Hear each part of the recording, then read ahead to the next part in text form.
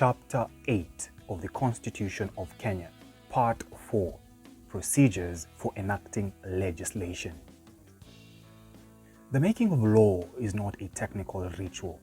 It is a profound expression of sovereignty, a reflection of moral order, and a crucible in which the struggles of a people are translated into the instruments of justice.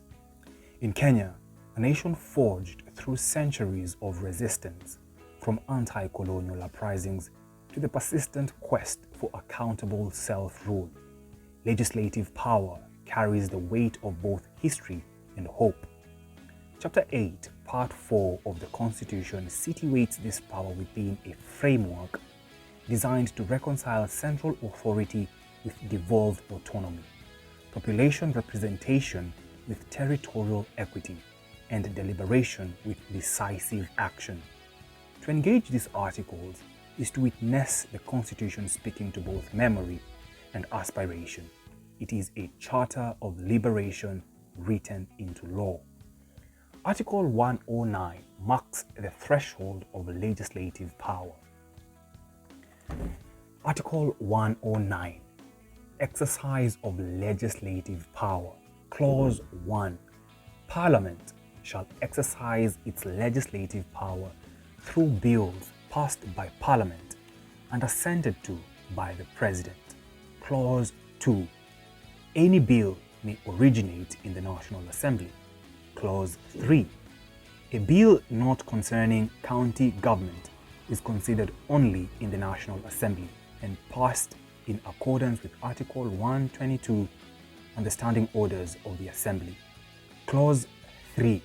A bill not concerning county government is considered only in the National Assembly and passed in accordance with Article 122 and the Standing Orders of the Assembly.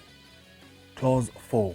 A bill concerning county government may originate in the National Assembly or the Senate and is passed in accordance with Article 110 to 113, Articles 122 and 123 and the Standing Orders of the Houses. Clause 5.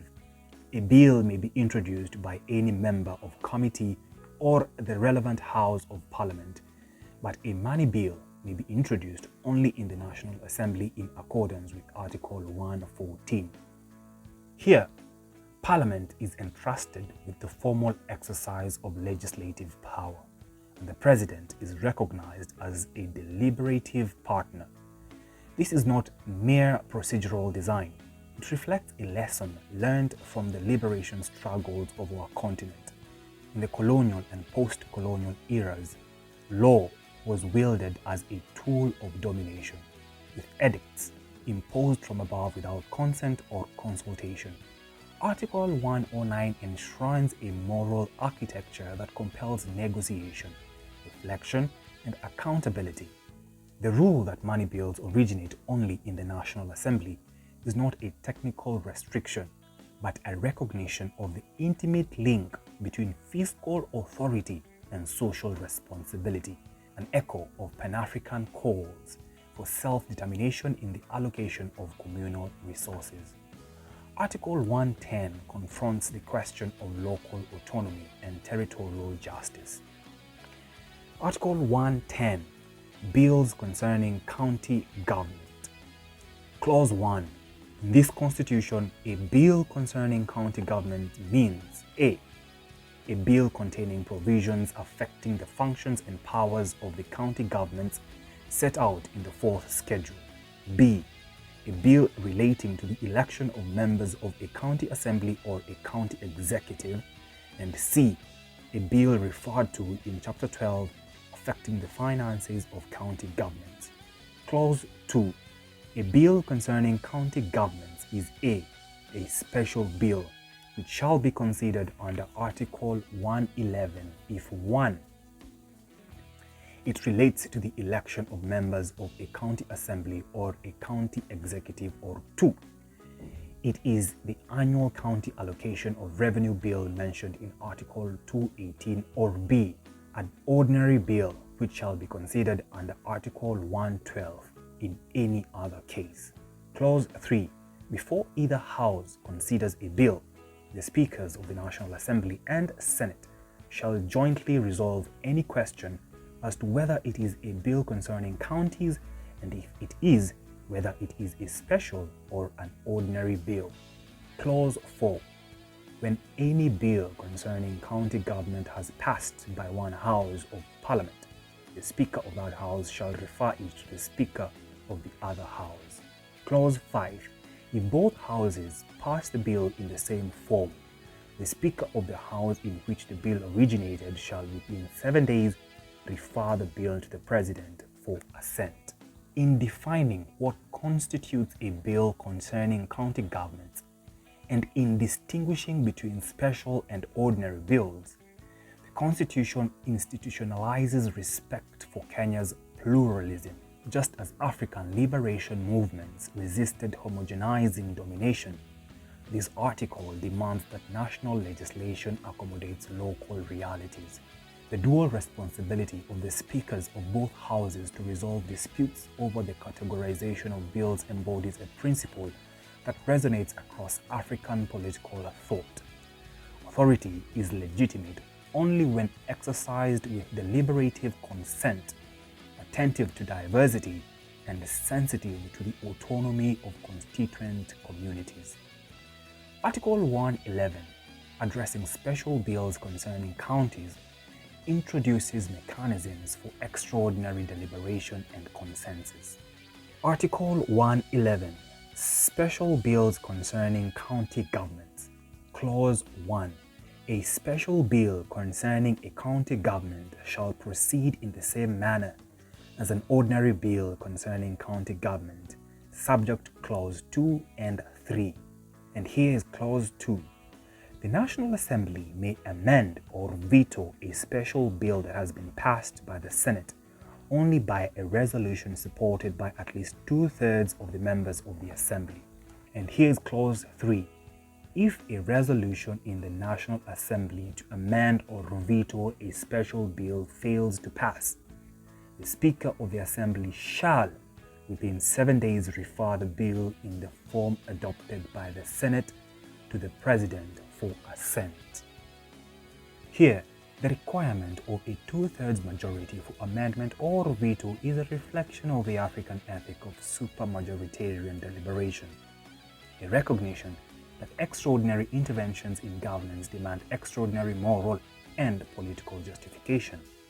It is an echo of the Pan-African conviction that collective decision-making is both a moral and a political imperative, that power over communities, like power over nations, must be justified not by force, but by consensus rooted in justice. The procedures for ordinary bills in Article 112 and the mediation committees outlined in Article 113 are themselves institutionalized lessons in negotiation and reconciliation. Article 112. Ordinary bills concerning county governments. Clause 1.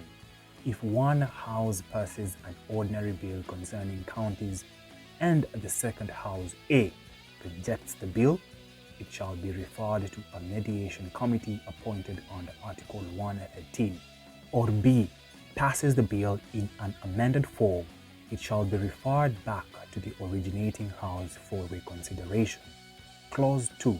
If, after the originating House has reconsidered a bill referred back to it under Clause 1b, that House A passes the bill as amended, the Speaker of the House shall refer the bill to the President within 7 days for assent, or B rejects the bill as amended. The bill shall be referred to a mediation committee under Article 113. Article 113. Mediation committees. Clause 1.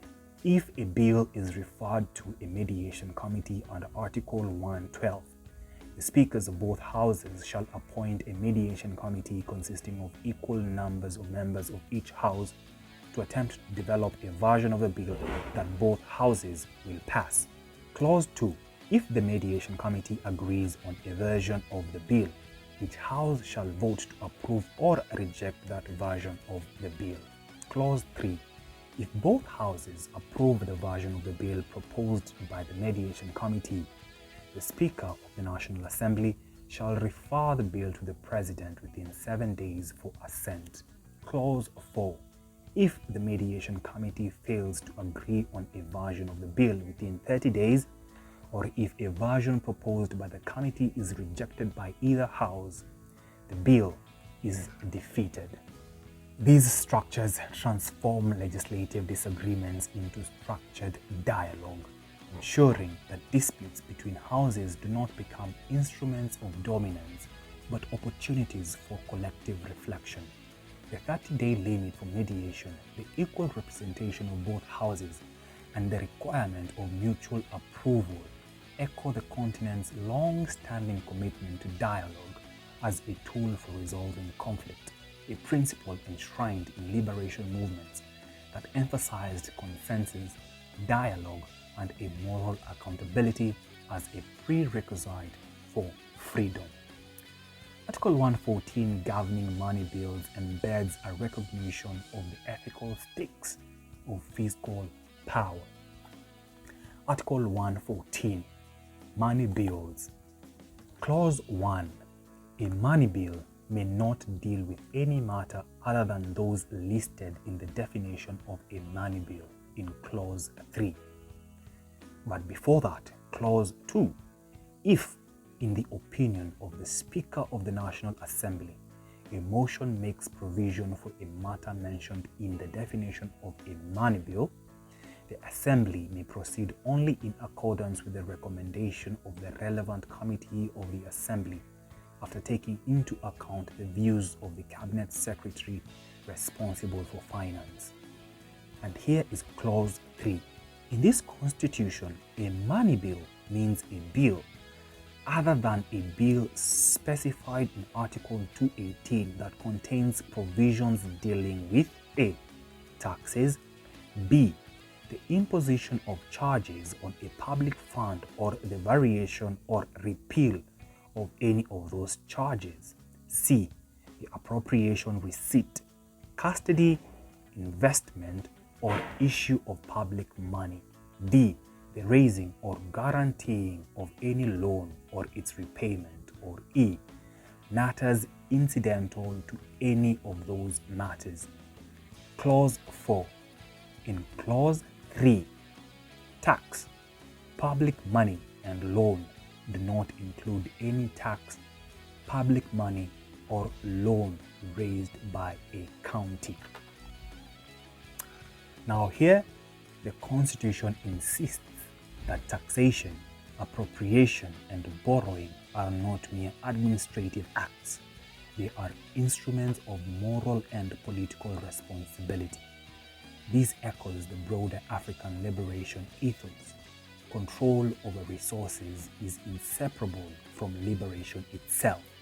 Just as colonial powers centralized wealth to maintain subjugation, the Constitution decentralizes fiscal origination and subjects it to committee scrutiny, reinforcing both accountability and local self-determination. The presidential assent procedure in Article 115 further illustrates the dynamic balance of power. Article 115, Presidential Assent and Referral. Clause 1. Within 14 days after receipt of a bill, the President shall A. Assent to the bill, or B. Refer the bill back to Parliament for reconsideration by Parliament, noting any reservations that the President has concerning the bill. Clause 2. If the President refers a bill back for reconsideration, Parliament may, following the appropriate procedures under this part, A. Amend the bill in light of the President's reservations, or B. Pass the bill a second time without amendment. Clause 3. If Parliament amends the bill fully accommodating the President's reservations, the appropriate Speaker shall resubmit it to the President for assent. Clause 4. Parliament, after considering the President's reservations, may pass the bill a second time without amendment or with amendments that do not fully accommodate the President's reservations by a vote supported A. By 2/3 of members of the National Assembly, and B. 2/3 of the delegation in the Senate, if it is a bill that requires the approval of the Senate. Clause 5. If Parliament has passed a bill under Clause 4, A. The appropriate Speaker shall within 7 days resubmit it to the President, and B. The President shall within 7 days assent to the bill. Clause 6. If the President does not assent to a bill or refer it back within the period prescribed in Clause 1, or assent to it under Clause 5b, the bill shall be taken to have been assented to on the expiry of that period. The President's right to return bills with reservations, counterbalanced by Parliament's ability to override through supermajorities, mirrors the dialect of liberation struggles themselves. Authority must be tempered, but the people's collective will must remain decisive. Time-bound requirements prevent paralysis and ensure that law, like freedom, cannot be indefinitely deferred. Finally, Article 116, concerning the coming into force of laws, asserts that law is meaningful only when enacted with transparency, clarity, and ethical foresight. Article 116, coming into force of laws. Clause 1. A bill passed by Parliament and assented to by the President shall be published in the Gazette as an Act of Parliament within 7 days after assent. Clause 2. Subject to Clause 3, an Act of Parliament comes into force on the 14th day after its publication in the Gazette, unless the Act stipulates a different date on or time at which it will come into force. And now the Clause 3. An Act of Parliament that confers a direct pecuniary interest on members of Parliament shall not come into force until after the next general election of members of Parliament. Clause 4. That Clause 3 that I just read does not apply to an interest that members of Parliament have as members of the public. By linking enforcement to gazettement and by delaying activation when pecuniary interests of members of Parliament are implicated, the Constitution enshrines a principle of moral probity. Law must serve the collective interests and cannot be instruments for personal enrichment. This insistence is deeply resonant with the historical struggles of African people to wrest public resources from elite capture and to place them squarely in service of the people. Taken together, Articles 109 through 116 constitute more than procedural guidance. They are a philosophical architecture for a liberated and just society. They recognize the historical dangers of centralized authority, the ethical stakes of fiscal control, and the moral necessity of inclusion, negotiation, and consensus. They invite Kenyans to engage actively with lawmaking, not as passive observers, but as co-authors of the nation's moral and political trajectory. Citizens must insist on transparency and accountability, monitoring the introduction, mediation, and assent of bills to ensure that they serve public, not partisan interests. Lawmakers must exercise their mandate with humility, deliberate in good faith, and respect the autonomy of counties as an embodiment of national pluralism. Only through such engagement will the legislative process transcend procedure and become an instrument of true African self-determination, reflecting the liberation struggles that have shaped our history and the moral aspiration that must define our future. End of Part 4 of Chapter 8 of the Constitution.